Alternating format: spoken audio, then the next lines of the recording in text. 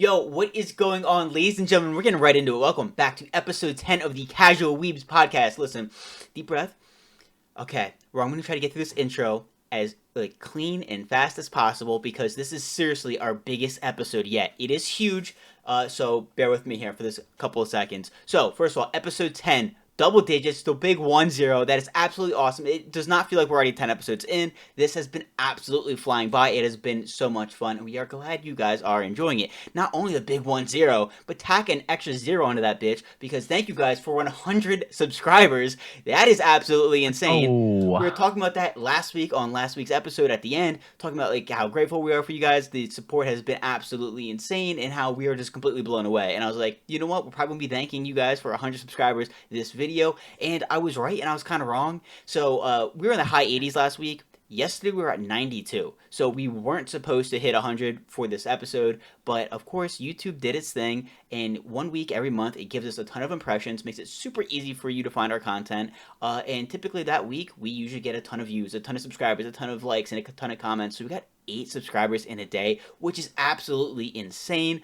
So thank you. But what that also means is that whenever YouTube has done that, it's great. It's a great week. It's absolutely awesome because they can show it to you, but doesn't mean you're actually gonna like it. So the fact you like it is awesome. We hope YouTube does this more. But every time they do that, the very next week they put us in the basement. They take away all of our impressions and they make it very difficult for you to find us. They make it so we're not really popping up on the searches or on the browse features or even in the shorts feeds. So if you're enjoying our content and you are looking forward to future content of ours, especially next week, drop a subscribe. It's free, and turn on post notifications. I'll just keep a lookout because, like I said, it's gonna be very difficult to find us next week, and we have some awesome content coming. The day after this drops, we are dropping part 2, the finale, the final part of watching Tokyo Ghoul in 2024. It's gonna be an amazing video. It's gonna be awesome. And then next week we're gonna be dropping our check-in on the 2024 spring anime season. We did a video before the spring anime season came out, kind of talking about, the new animes that are coming, the animes that are returning, the dates, kind of what we thought were going to be good animes to watch, to keep an eye on, some sleepers, and, maybe an anime of the year, who knows, but now we're about a month and a half in, so we're going to be checking in on that. We're going to be seeing what animes exceeded expectations, what animes didn't live up to expectations, and maybe some sleepers that have been doing very well that no one really kind of thought of that you might enjoy. So if you're looking forward to that and kind of where we are at now in the spring season, go check that out. But again, we're gonna be in the basement. We're gonna be stuck. It sucks, but it happens. So be sure to keep a lookout for that. It's gonna be a bit difficult to find our content. Also, last week I was talking about, after we were talking about how grateful we are and appreciative and how much fun this has been, I was talking about possibly streaming. Now I did a test stream. It was a ton of scuff. It was an absolute mess. I'm lead the shit out of that. It was terrible. But I think I fixed it. So the first official stream is going to be May 9th, I believe it is. It is a Thursday, so it's going to be a ton of fun. After that, I'm going to be streaming every single week, every Tuesday, every Wednesday, and every Thursday. I'm going to be playing a lot of Genshin, but some variety games as well. So if you want to come in and talk about anime, do it. Come drop by the chat. It'll be a blast. I'll give you an anime recommendation if you want one. The link is in the description for times and specific details.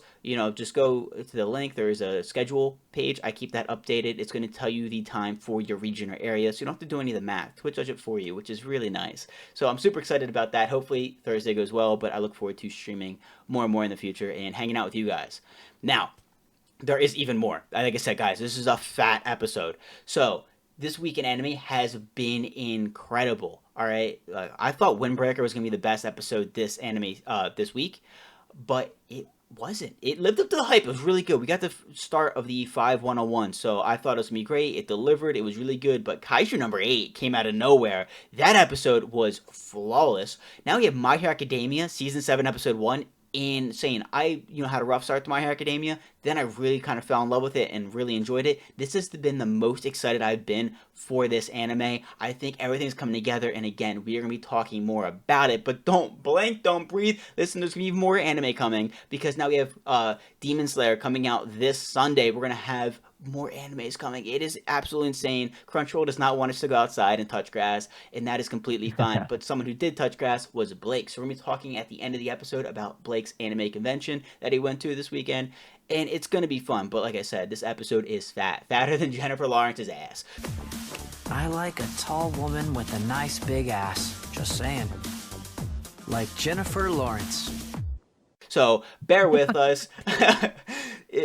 I mean, it's gonna be a huge episode. It's gonna be a ton of fun. We hope you guys enjoy it, and yeah, let's get right into it. Usually, I throw it to you and say, "Hey, man, what anime should we talk about?" But it has to be Kaiju number 8. It has to be this week. I mean, I, it was I flawless.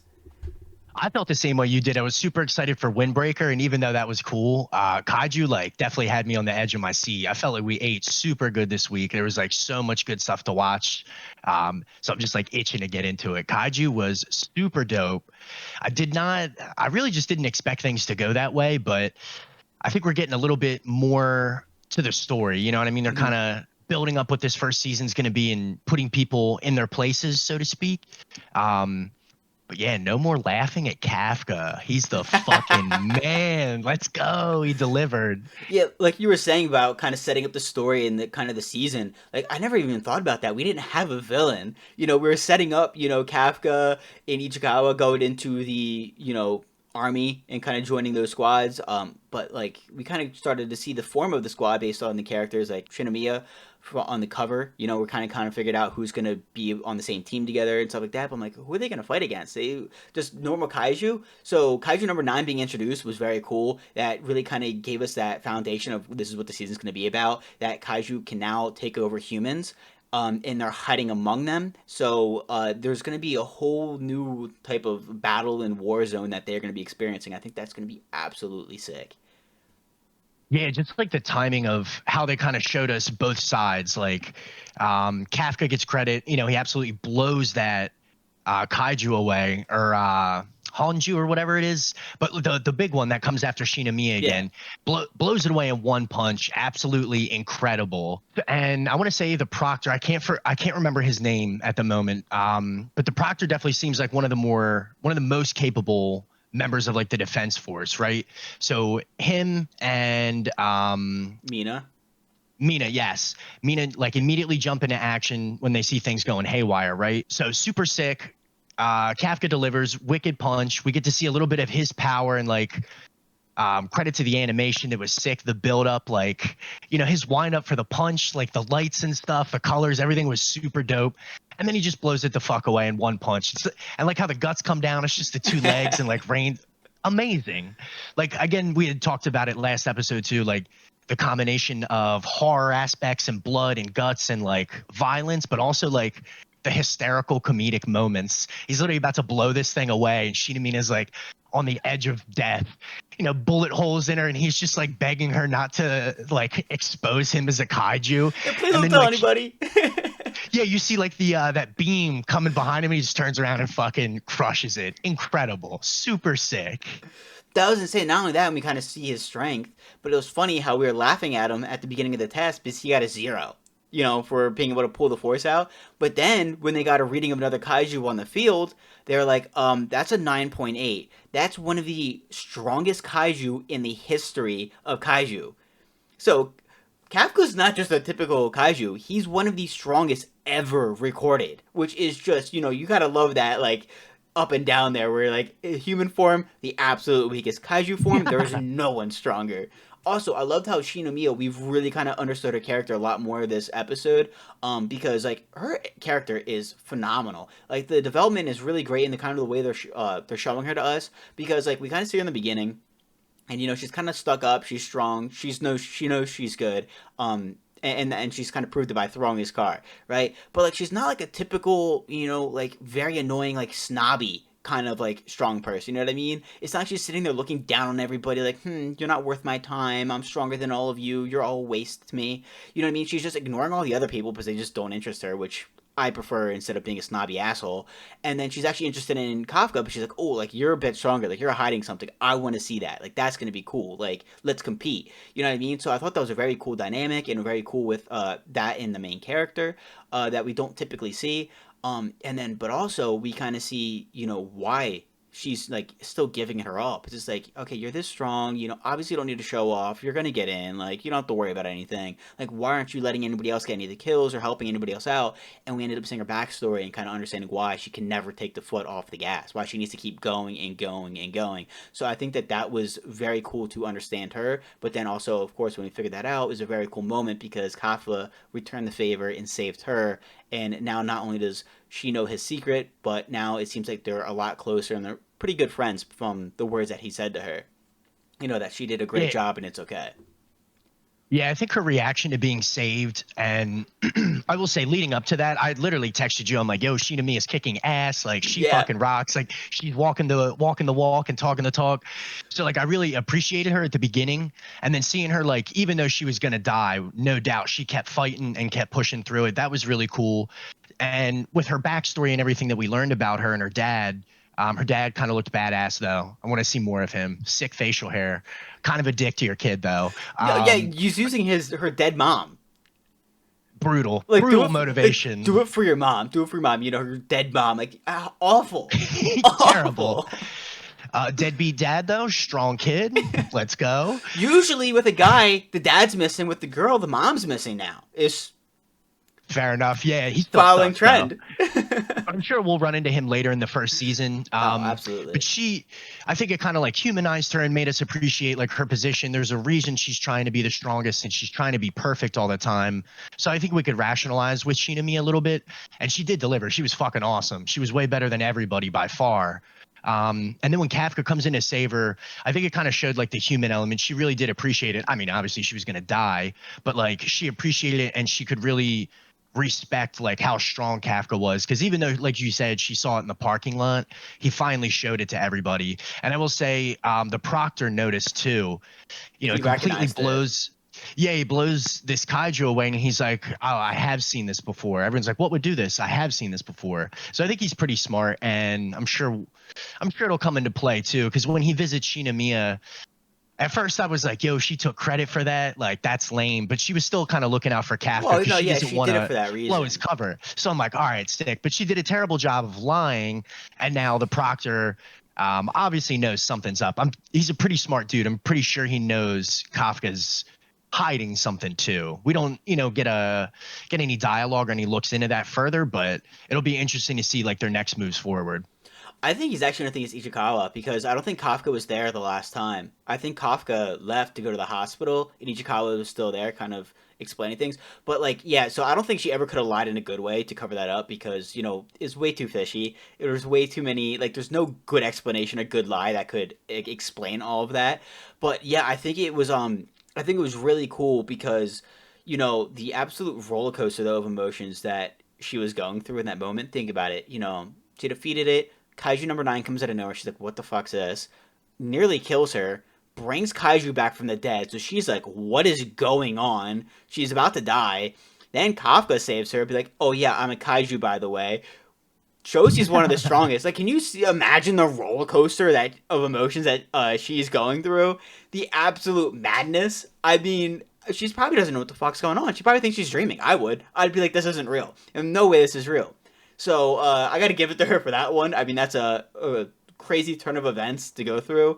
But yeah, I know like people are gonna know what's up. The crazy thing is that like you kind of wonder, is he gonna hide it the whole time? Are people gonna know? And it seems like people are gonna know because already 2 people are in the loop. I have a feeling that guy's gonna figure something out and that he's gonna kind of stay with it. I feel like he's gonna figure it out at the same time Mina's gonna kind of figure it out, and they're gonna kind of decide together like, hey, do not tell anybody else. Like, we gotta keep them under wraps. Maybe that's why Mina joins that squad. Maybe he says that, like, hey, like, you gotta be on that squad with them now, because if he goes out of control, you gotta put him down. Because I don't think that they stand a chance against Kaiju number 9. I think he is the only way that they can beat Kaiju number 9, and they kind of know that. By the way, real quick before we forget, shout out to Alejandro Saab, who's voicing Kaiju number 9. He is one of the greatest voice actors ever. I absolutely love that man. Yeah. Voicing every of my favorite characters. He's just so good. And like, of course he's in this. I saw his Instagram post. I'm like, dude, of course you're in Kaiju number 8. Like, he's in everything that's just popping off recently. So that's awesome to see. Absolutely love that. But yeah, I think they they're gonna realize soon that he's the only person that can beat Kaiju number 9. So I don't think that they're gonna like kill him or anything, especially because he's in control. You're definitely right. I think they'll put him with Mina and the Proctor because they're the most capable people. And I think it's probably going to come as a surprise because in that scene, which was so intense and like super fucking dark and awesome when Kaiju number 9 comes out, like just the animation and like the camera angles and just like the brutalness of it was so sick. But like Shinomiya, I would think, has a lot more knowledge than any of the test takers just because of her dad and like all that. She was shocked to see that they can talk and like that they're intelligent. They're not just literal like, strong monsters, Yeah. fucking the city up. So she was really surprised. So I think the notion that there is like a half human, half kaiju who's like intelligent and still friendly is like still new and surprising to them. I mean, they only have 9 kaiju that are like numbered. So obviously it's probably a big deal. So I'm sure they'll be hesitant to like fully trust Kafka, especially after his incredible display in the first couple parts of the exam. But I think he has enough of a reputation and knowledge, even though he's older, that he'll get some respect. You know what I mean? And I think Mina has a soft spot for him, and now definitely Shiina Mia. So hopefully he'll continue to rizz him up and he'll get some respect. Yeah, I wonder if we're gonna see more of that because the numbered kaiju are just like kaiju that were powerful enough or different enough to warrant a name or a code, which just ends up being a number. These are the first two that actually can speak, that actually are a mix between human and kaiju, and they're both the opposites. Kafka is a human and kaiju, but he's the human controlling the kaiju. Meanwhile, kaiju number 9 is a kaiju that's controlling the human body. You know what I mean? So I think that that's going to be very interesting to play out. Are they going to get more allies like that? Are they going to get more enemies like that? Or is he kind of like the main villain? But like that's going to be insane if they're mixing in with society and you don't know who to trust because sometimes they're good, sometimes they're bad. You don't know their motives. You don't know how they're being created. It kind of goes back to what you were saying in the very first season where that fly found him and it's like, I found you, and then went right into him. So are people being targeted for a specific reason to be turned? And Kafka was just an exception. They thought that he'd be susceptible to it, but he wasn't. Or what's kind of the whole story with that? I think maybe like he's a good host. I feel like that's a very generic like term in anime, but he's got that big like F-type body. He's got the fucking big brolic build. So maybe he's like cut out for it when you compare him to like Ishikawa and the proctor of the test. But also I'll just like go on record and make the guess that there is like a higher faction or factions competing against each other because like you said, that little kaiju that like spits whatever in Kafka's mouth to like make him a kaiju or flies down his throat or whatever. Yeah. He was seeking him out, but the scene where kaiju number 9 is on the toilet, right? He's like talking on the phone, I guess to his boss, like, I want to know where he came from. You know what I mean? Because he had to come from somewhere or like materialize from something. So like I would think that maybe I don't know where it's coming from, but there has to be like an enemy faction of these kaiju that are more intelligent than what we've seen so far. So when he was on the phone, he was talking to the guys outside. So it was his like human boss. He was a part, which is crazy too, because they're both a part of that cleanup disposal unit. Which is like, is that a coincidence or what? Could it be that they're think so. around the dead bodies and they're maybe around a fluid that kind of makes it like, you know what I mean? Kind of like when you have a peanut allergy and you kind of like microdose peanuts, like you're just taking a little bit each day and you kind of get used to it. I don't know if microdose is the right term, but perfect. you're taking a little bit each day and you kind of grow like a susceptibility to it. You know what I mean? Sure. Yeah, everyone knows what I mean. Fuck you.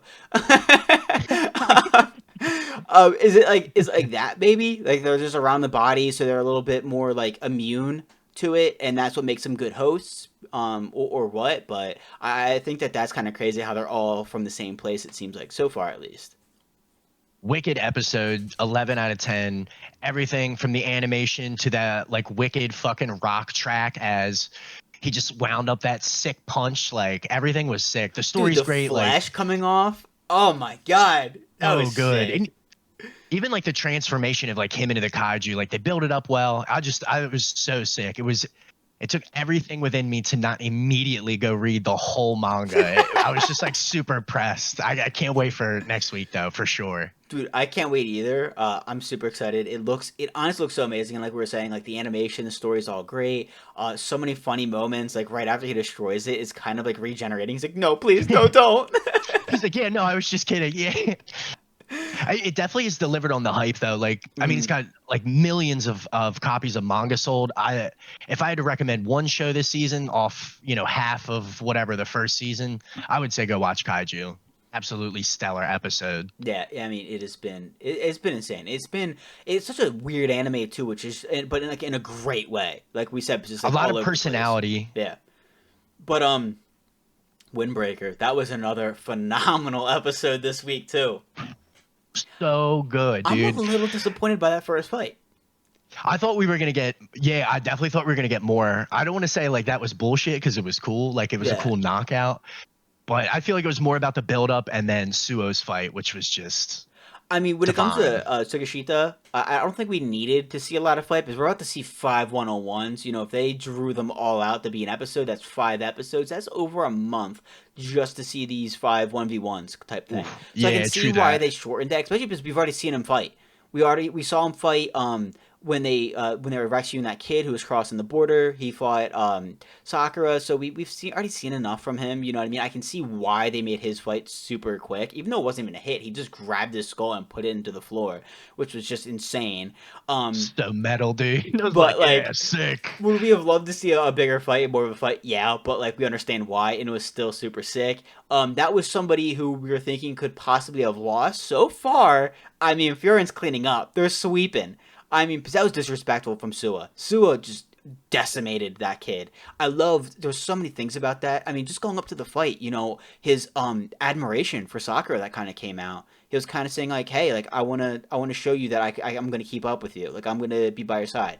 You know, I thought it was stupid when you came in and you're saying you want to be number one, but like, dude, like you got some backbone. Like you got some spine to those words. Like you actually can. You proved that you're not entirely just speaking out of your ass. Like I want to show you that I'm going to keep up with you. I'm going to be by your side, and it was really cool to see that respect and also that kind of friendship type moment between them. Yeah, I think it was like a really good way for them to build up, like you said, a friendship and a bond. And like I think this whole episode kind of shows Suo's disposition. He's very like calm and calculated and relaxed, but almost like happy-go-lucky. He's very mature for his age because God knows I didn't act like that at his age, like talking about empathy and what it takes to be an adult. But I definitely fell in love with Suo this episode. He was so sick. And like the way he delivered that statement to Sakura, I thought was really cool too, because he was like, you know, like I thought you were stupid when you came here and you said you wanted to have the top spot. And he's like, oh, are you trying to pick a fight? And he's like, no, like I really meant that. I want to like keep up with you. And it was like, oh, that's cool. And they Yeah. absolutely just clowns that fucking guy. That was so sick.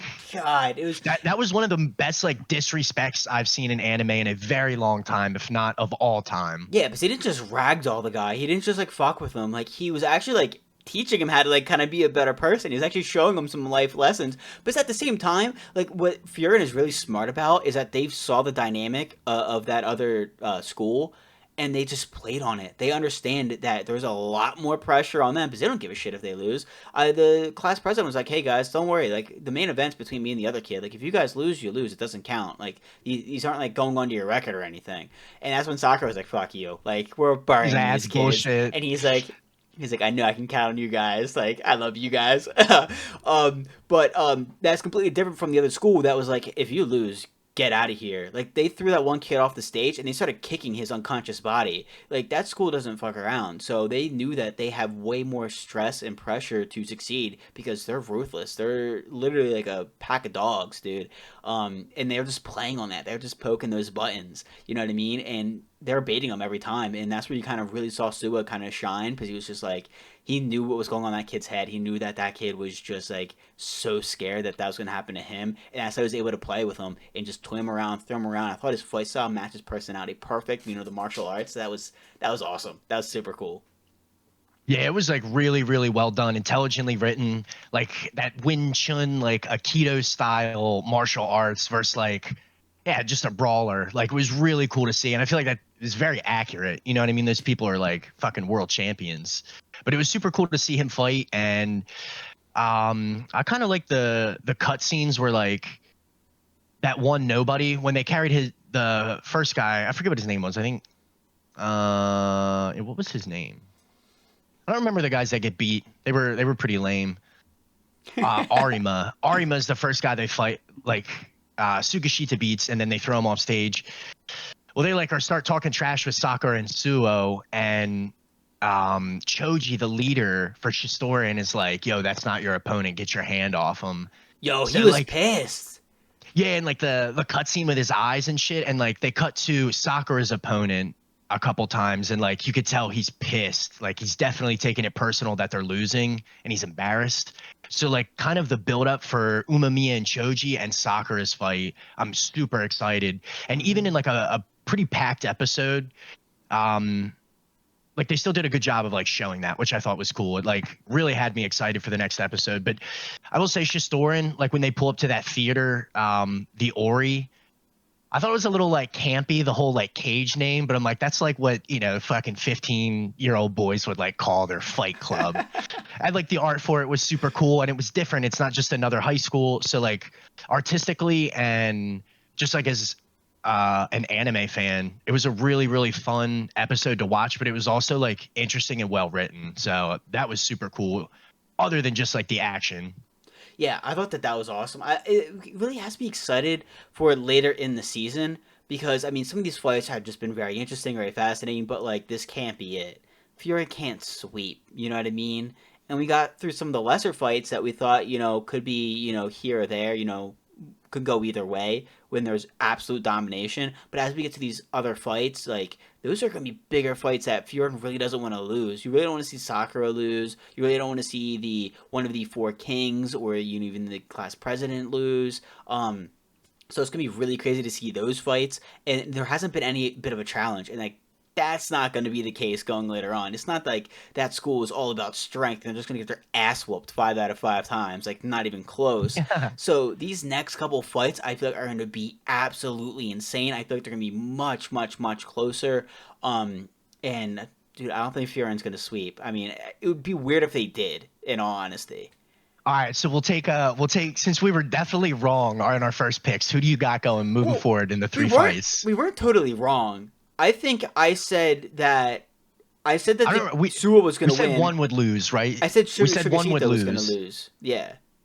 Okay, word. Yeah, he definitely proved us wrong. But his opponent was a bum, so. Yeah, absolutely. Well, yeah, it's all fair, though. It's all fair. He called him out first. And then we said that Sakura was probably going to lose as well. I still think that would be the most likely because Umamiya wouldn't have this wicked reputation if he wasn't like that guy. You know what I mean? If he wasn't him. Wait, I think I still might be right here. I think you said Shigashita. I think you said Shigashita, the long hair kid, and Sakura. I said Sakura and the One King. I think. Or was it the other way around? Hiragi. No, those are who we picked. Was it? But okay. like, honestly, I'm all on board. I think I have an inkling that Sakura will, like we said, will fight really well and lose, or like, maybe he'll play dirty, like he'll have a dirty trick and beat Sakura, even though he really was going to lose if it was a fair fight, some bullshit like that. But I'm all fucking Team Furin, dude. Sweep. Dude, I wonder if people are going to step in. Good. I wonder if people are like going to step in and interfere, or what's going to happen with that. Because like looking at like the later fights, I just don't know how it's going to turn out. I don't know how that's going to kind of play through because like what's going to happen afterwards. You know what I mean? Like, I feel like, I don't know, yeah. I'm trying to think of, like, a story perspective. Like, if they just have this kind of arc where they just kind of come in and just sweep up, it's going to be kind of like, oh, like, cool. You know what I mean? It's like very short. So I just don't know the way they're going to play it out. Sakura might lose, but, like, at the same time, it'd be weird if he's the only one who lost. I mean, he's that would not be cool because he's strong. The MC. Yeah. That's why I feel like it'll be a dirty tactic because, like, I think he kind of showed us.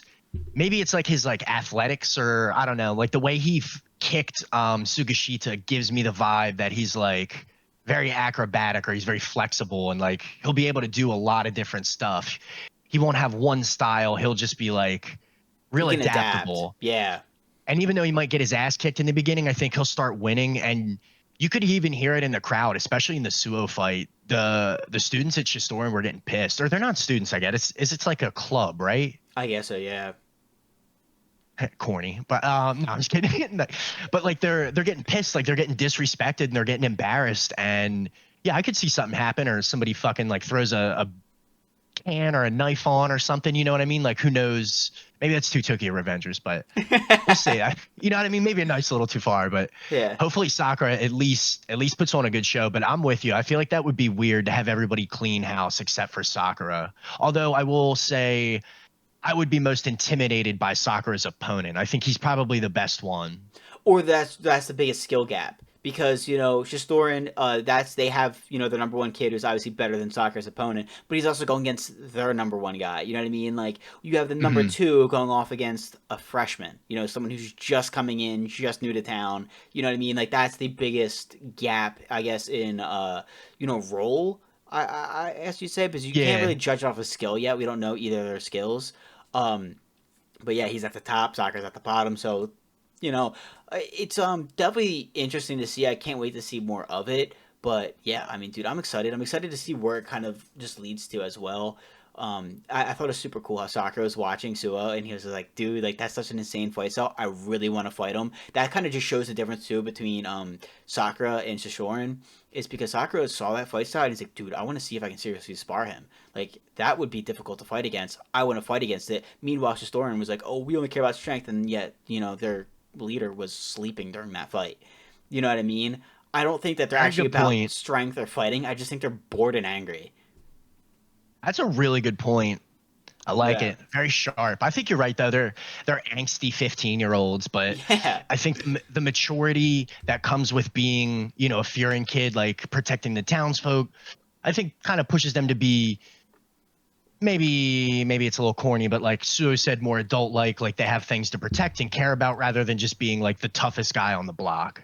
Well, yeah, especially what you were just saying. Like, Sue was saying you have to be creative and empathize. That's exactly what they do. Like, when you look at creativity, that's Sakura. I mean, the way that he is very fluid in his fight style, where he's constantly changing and adapting, where he's very light on his feet, that's insane. And they're all very they have a lot of empathy. I mean, they're protecting people. They're looking out after the town. They're going off on patrols and repainting walls and helping people out with their stores and in their homes. You know what I mean? So like they are really good people, and he's saying that like yeah, that's what it takes to like be a man or to grow up.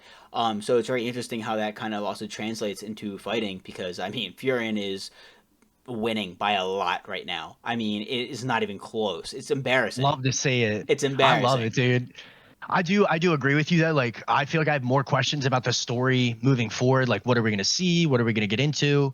Than I did before this episode. But that's a good thing because I'm super invested and I can't fucking wait to watch the next three fights. That's what's so funny about all of it, is because before this we were like, oh, there's so many plot lines, there's so much that they're gonna be able to go into and do, and then they went into this, and it, for some reason, made everything just feel like it disappeared. You know what I mean? Because we thought that this battle between Fiorin and Shistorin would be so much bigger, so much longer, but it isn't really. We already gone through two out of the five fights, and they were like not even close, because we thought Storm was going to be this big school that was going to be like super strong, and they're pathetic. They're really pathetic. You know what I mean? So it's kind of weird how this is going to end and then move forward.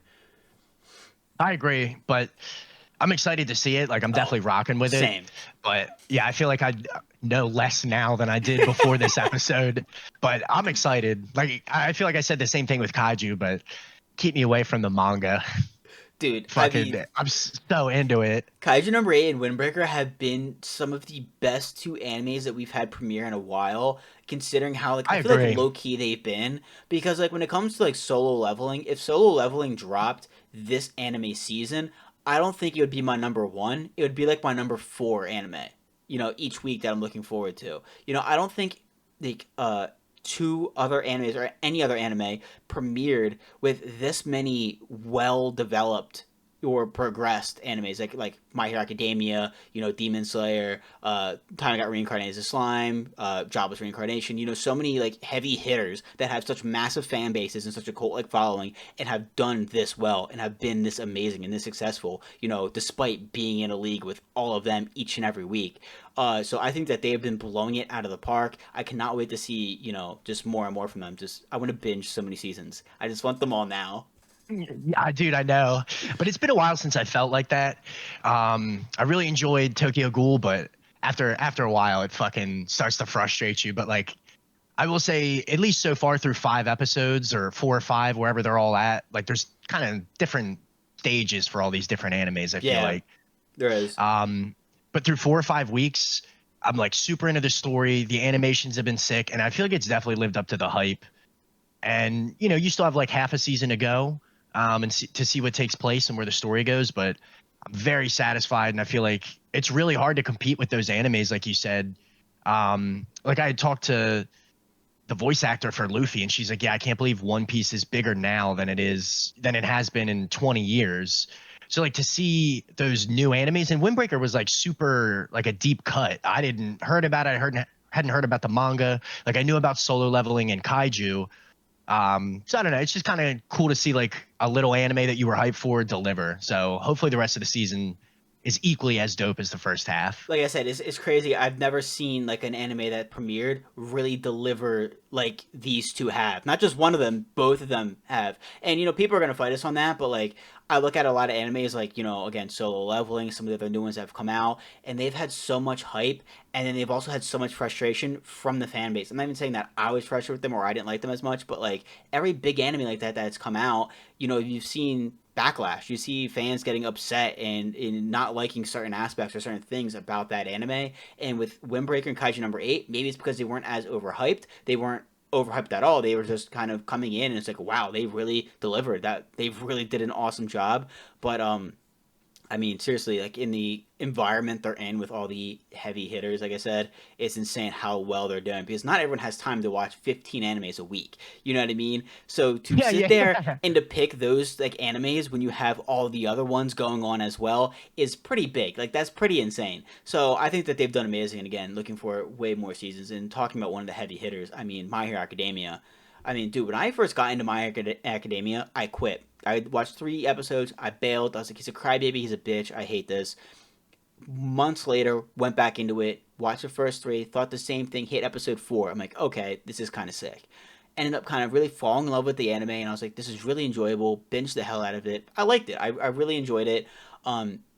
This has been by far, though, the most excited I have been for My Hero Academia. I mean, I feel like everything is just like coming together just for like the peak. You know what I mean? Because we've had the story, we had the build up, we had the beginning, we then had Dark Deku and Deku vs Class 1A, and we've had like the turmoil. And now finally, Deku, he's looking like an older kid now. He's looking jacked. He's looking. I gotta get back in the fucking gym after looking at that kid. You know what I mean? Yeah. Like. And you're seeing the class back together. You're seeing reinforcements coming, dude. Stars and Stripes is here. And you're just seeing the battlefield start to take place. And it is just like, dude, this season looks like it is going to be mind-breaking. And I'm super excited for it. So I was like you, like my cousin tried to get me into My Hero, and I don't know, we watched a good bit of the like first arc, and I just couldn't get into it. I was not a fan of Deku. So I'm not a day one fan. Now that it's towards the end, I'm like, let me read the manga and spoil it for myself. I will say Horikoshi has really, really good art, and reading the manga is always a different experience. And I'm a dork like that. I think like just the penmanship is like really cool, and it's different the way it translates to TV and all that. But and you're impatient. I was like, damn. Yeah, well, that's more of it. Yeah, I need it now.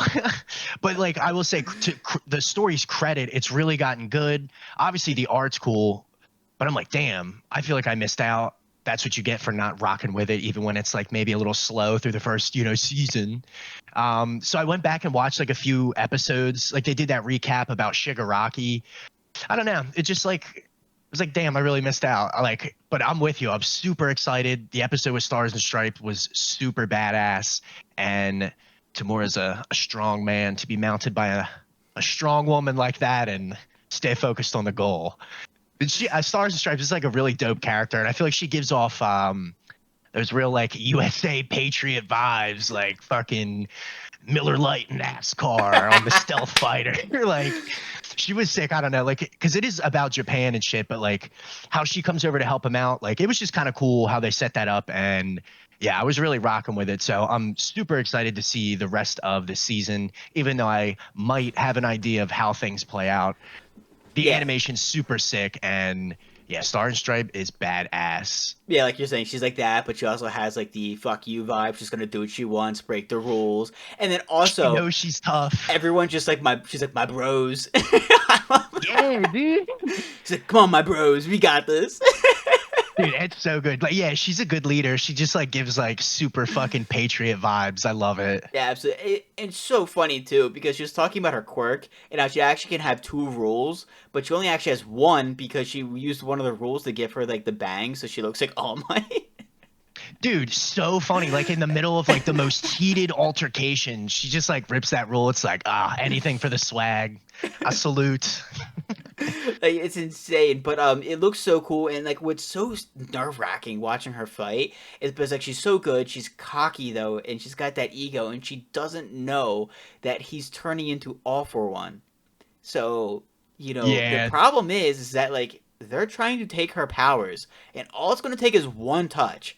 You know what I mean? Like all it takes is one little minute slip up. So you can just tell that like Shigaraki's a fucking dumpster fire. That guy is a mess. Um, so it's man gonna be needs really, therapy. dude. He's beyond that. Yeah, right. He misses the days when he just killed his family. I mean, like he's going through it. It's just insane. So like the fact that he's kind of turning into All for One and kind of losing his identity, it's like what is that character going to be? They're making it sound like it's going to be a whole new person. It's not Shigaraki. It's not All for One. It's a new person. And the amount of powers they're going to have, and it's just going to be like super nerve wracking watching the fights here on out because it's just like, oh, dude, it can end so poorly. And like My Hero Academia isn't like known for like killing off characters, but like they mess up a couple characters. You know what I mean? Like, not every character Yeah, walks out of every fight, in One Piece. which is good. Like I feel like it's important to have consequences, and it makes you emotionally a little more attached, maybe. Oh, I'm all for Um, killing off characters. Yeah, I think that it makes them way more memorable and way more emotions attached. But, like, yeah. Yeah, just this whole arc, I'm really excited for, and I want to say just to like compliment the anime, like as somebody who read like the Stars and Stripe fight, like you don't get that like bravado or like that same vibe when you're reading it. So like they did a really good job of like giving her that like bombastic personality. So that was like really cool to see, and her voice actor did an excellent job. Oh my god, dude, she is so strong. Like, oh my Yeah, god, right. watching that fight, I was like, holy shit, she is giving this guy the goddamn work. I mean, Yes, dude, she imagine did. when everyone else shows up. Imagine when everyone else shows up. That's going to be absolutely insane. You have Endeavor, then you have all the kids, you have Deku. I mean, it's going to be an insane fight. Is there more fight though? I thought like it was going to go into episode 2, or is that kind of it for the first Oh encounter? no, no, that's not it. Okay. Uh, okay. I promise. I promise. You have to Well, trust me. I know it's a first encounter. I know they're gonna fight later on. You know what I mean? But like, I was surprised that they right out of the gate were like, okay, let's have some great fight scenes. That was actually really sick. Yeah, like the pace for it was really good. She, in the most American sense of the word, she jumped them on site. It was fucking on site. Her and the bros. Yeah, and by the way, not to get like realistic about it, but like the plane's just like randomly just floating in place. Like the whole And they idea with like the planes fight that floating. like circle thing. It's like, Yeah. okay. And then like two of them were like combined and just holding there and holding Shigaraki in the sky. I'm like, what is going on? I'm like, I wish they didn't have the planes there for a second because it was just kind of like idiotic when you kind of like look at it when you're kind of like, what? Like it was really, I guess, creative. I'll say. Like Star Stripes like makes this fucking vacuum, and like her powers were really badass. But yeah, the planes are a little campy. But I guess the bros are just trying to keep up as best they Yeah, can. but I thought it was sick. I thought it was super cool. I thought it's just crazy because it's not like that easing into the next season. You know what I mean? Like, oh, she's gonna go to Yeah. the meeting point and we're gonna meet her. I'm like, oh my god, Stars and Stripes, and we're gonna have all these, kind of cool moments or introductions and stuff. It was just instantly like, okay, like we're getting a little taste of this season. Shigaraki versus Stars and Stripes, just straight up. Very cool moments just with understanding her quirk in the fighting and the scenes from that, but also that one line that was sick where it was kind of like, hey, here's your chance to surpass All Might. Like, eat up. You know what I mean? Yeah. That part was sick. That was awesome because it kind of shows that not only is she there to help Japan, not only is she there to help fight the war of the world, because that's what it is. It's a world war at this point, where it's about to get there, like next episode. But like, she's after surpassing her teacher, and that's going to be very cool to see. That final moment because we've been watching Deku try to do that, try to surpass him, but now we have someone else who's much closer to doing it. It's just gonna be a very cool moment. Yeah, I totally agree. It's been cool seeing kind of like the legacy that All Might has left on everybody, and you can see a little bit of I forget what her name is. Colleen, is that it? Maybe I don't know. For who? It's Oh, Stars and Star and Stripes. Stripe. Possibly. I forget. They do say her name once in the episode, but it just kind of like gives her backstory, and you can see like a young buff All Might rocking out in America. That was like a cool little scene. I like that. That was sick. Dude, Gives them like the big flex and like in the car. That was cool as shit. dude, it's giving me with the way it's turning out, it's giving me like great Code Geass vibes about how like the whole idea of this war has been taking place in Japan, and then it automatically goes to a worldwide stance, kind of like Code Geass did, where it's kind of like, oh, forget about Japan now. Now we're taking this worldwide. I feel like it's gonna have that same kind of cause and effect, because that's what All for One's kind of talking about. He's like, I have people in every single country, ready to just cause riots and just make this into like this absolute chaotic mess. And it seems like that's exactly what's gonna happen. Is why wouldn't he? So I thought that was a very interesting aspect as well of how this is about to be a lot more global, but then also it's gonna be cool because it's like, what other characters we're gonna meet. You know what I mean? We got to be meeting more than just Stars and Stripes at that point. Yeah, for sure. I think they do a good job of kind of like, I guess in these like few summary episodes in the beginning of this season, kind of show you like all the major players, all the past users of like One for All, and like all the big overarching like plot points. You have Shigaraki, you have Deku, you have All Might, you have the different countries. Like you said, it's kind of getting global. It's expanding the conflict. You have All for One and One for All. Like there's so much going on. Like it's all coming to a head at the same time, and I'm really excited to see how it does. I think it'll be a wild conflict. I was very interested when they kind of said that one line as well, that Heroes started in America. Yeah, I didn't really get that. So I was wondering how this all happened, because I think there was at one point in time when quirks didn't exist, right? Did something happen in America, like a scientific like testing or experimentation, and Oh, then it all wow. started there? Like, so I'm kind of interested to see if we're going to learn more about, the actual origin of quirks. I don't know if they did it very early on. It's been a while since My Hero Academia is one of the first animes I've watched, so they could have explained it very early on. You know what I mean? But like, that's the one thing, is that not everyone has a quirk on Earth. It's not like this thing that we've always had. And now they're hinting that, oh, America's the birthplace of it all, because, like, I don't know, they just said it was. This is like the duality of like you watching it versus me. Like you have like the perfectly sensible, logical like comment to that. Like, yeah, like a scientific like discovery or somebody awakens to power. I'm like a hero. Like, when did we write Superman? Like, surely Japan had superheroes before like Marvel Comics or something. I totally missed that. I'm like, what the fuck are they talking about? Totally, yeah, totally over my head. That was Is terrible. that because you read the manga or what? Are you saying that Yeah, that like has nothing to do with it? no, I was just like, what the fuck? Like Yeah. the first hero. But yeah, they probably have explained it earlier.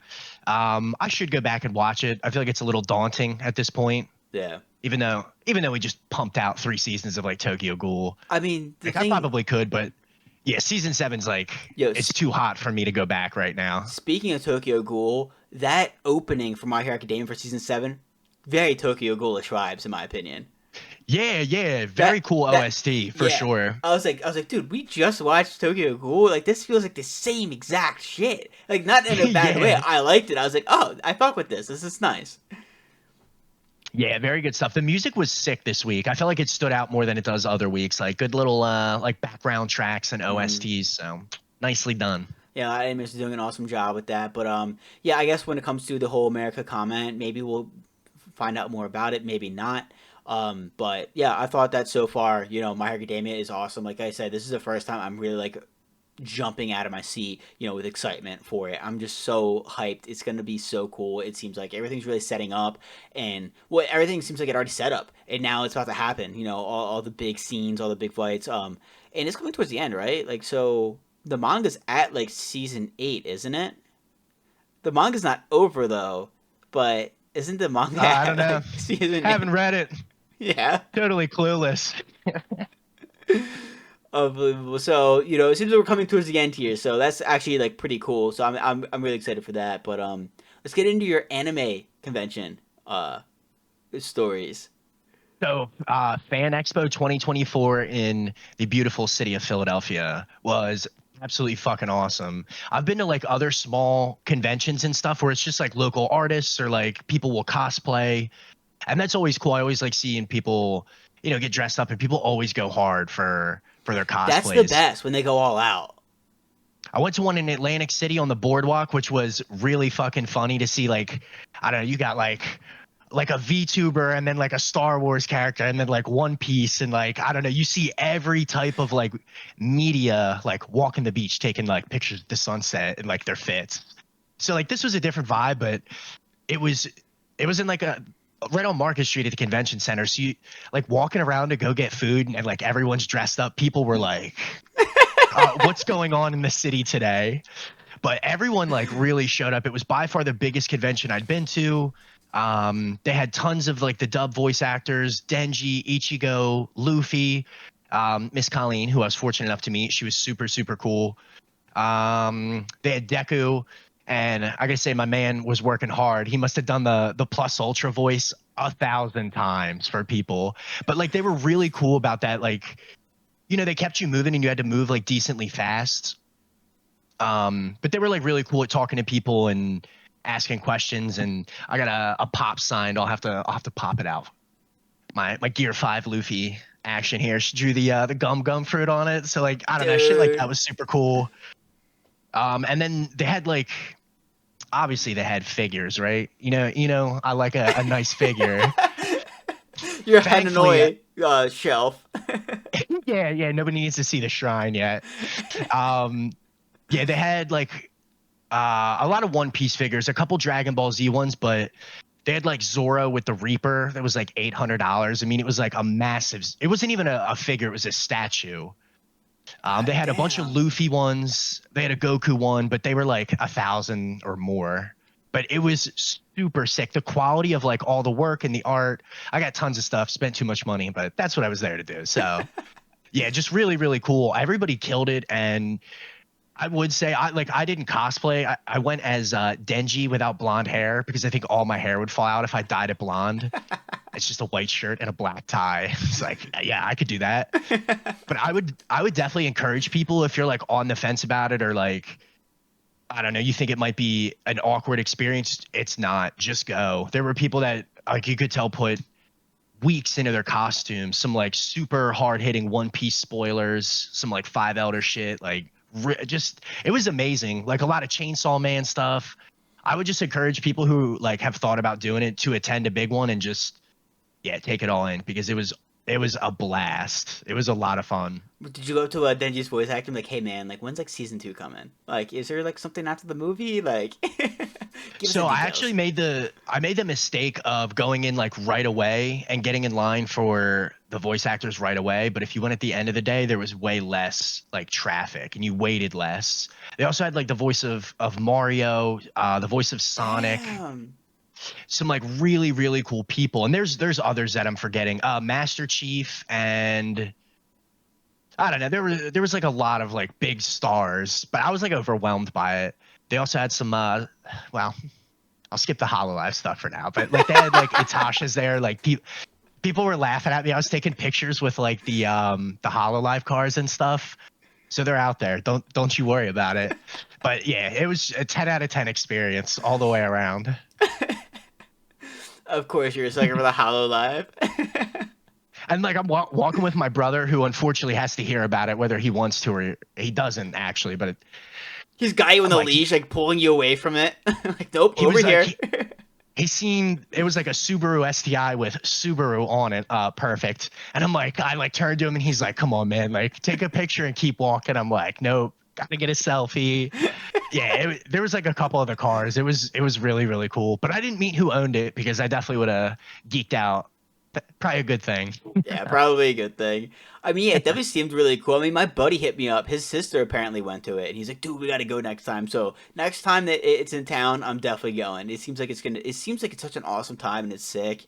Like me and the voice actor is so cool. That's one thing that like you are so surprised about when you get into anime is you're kind of like, I would never know the voice actors. Like I terrible with voices and names and like everything. But like then you start to recognize them when you're watching different animes. You're like, oh fuck, like that's so sick. Yes. And then you look it up and like, oh my god, they are the same person. Like that's so sick. Like I was dying.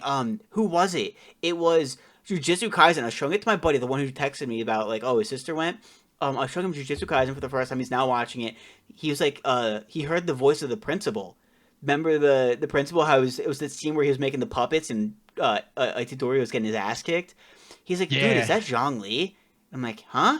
I looked up and it was. You recognized Zhang Li from Genshin. I'm like, it's like, dude, you like just My getting into anime and guy. you're already recognizing the voices, which is like such like a cool thing because like I mean like they're part of the characters, you know what I mean? It is so cool when you see that connection between anime and anime.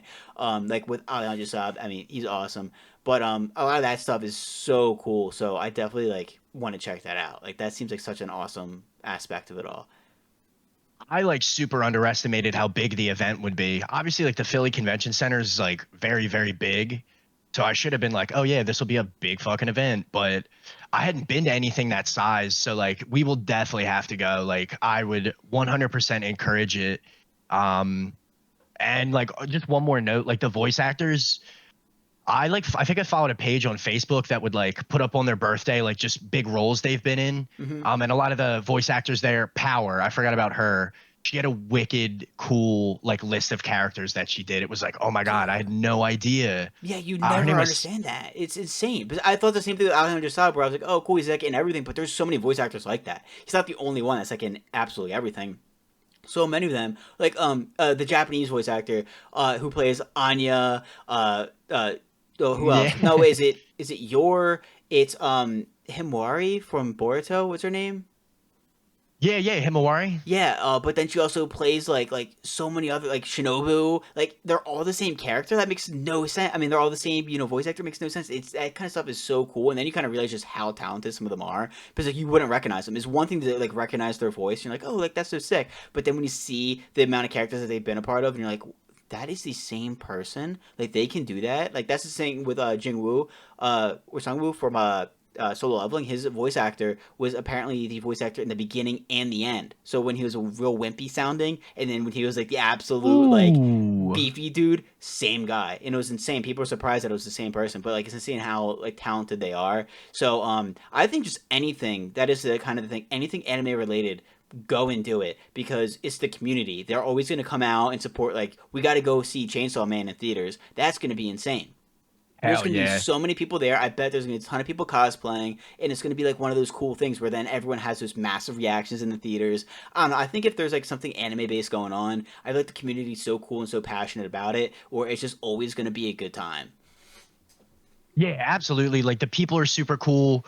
Like it's not weird to be like, oh, like you look awesome. Can I take a picture with you? Where like if you were out on the street, that's not happening. Like, no, I'm just kidding. But like people were super nice and like they were more than happy to like take pictures with you. And of all the like um just like crazy shit that's out there, everybody like just brings their own energy and their own stuff, and it's a good time. Everybody gets along great. And there was other stuff like Star Wars, and I mentioned Master Chief, like video games, that kind of like blended into it. There was a little bit of Genshin stuff, but it was really cool. And the voice actors took as much time as they could with people. I heard Deku do the plus ultra thing like 1,000 times, and I was there with a friend, and he got Johnny Young Bosch, who's Ichigo's voice actor, to like rip off a line, and I was just standing there with like goosebumps. I was like, oh, that was so fucking sick. Like I should have paid him for that. But like just seeing them like rattle off those lines from like memory and stuff, like it goes back to your point. They're very talented people, and I feel like they do care. Like the Oh, community they gives it definitely back, do. but yeah, they were really awesome. So credit to all the people they had there. Yeah, but I mean, that kind of stuff is awesome. It's sick. But I think that is it for this absolute meaty of a video of an episode here. So much to go over, so much to talk about. And I mean, we only went over 3 animes. So, anyways, guys, I hope you enjoyed episode 10. I mean, already double digits, 100 subscribers. We're triple digits with that. Woo! Absolutely insane. So, we absolutely love it. We hope you guys are enjoying it. We're having a blast doing this kind of stuff. Remember, Tokyo Ghoul, final part tomorrow from when this drops. And then next week, the check in on the 2024 spring anime season. So, we're looking forward to that. Looking forward to more anime content in the future. We hope you guys are enjoying it. And, thank you. That's it. Blake, got anything else? Yeah, thank you guys, and hopefully you guys keep enjoying it. But thank you for all the support. And yeah, this was definitely a meaty episode. I was very Yeah. excited to get on and talk about it. So hopefully you guys enjoy, and thanks for checking it out. All right, guys. Peace. Peace.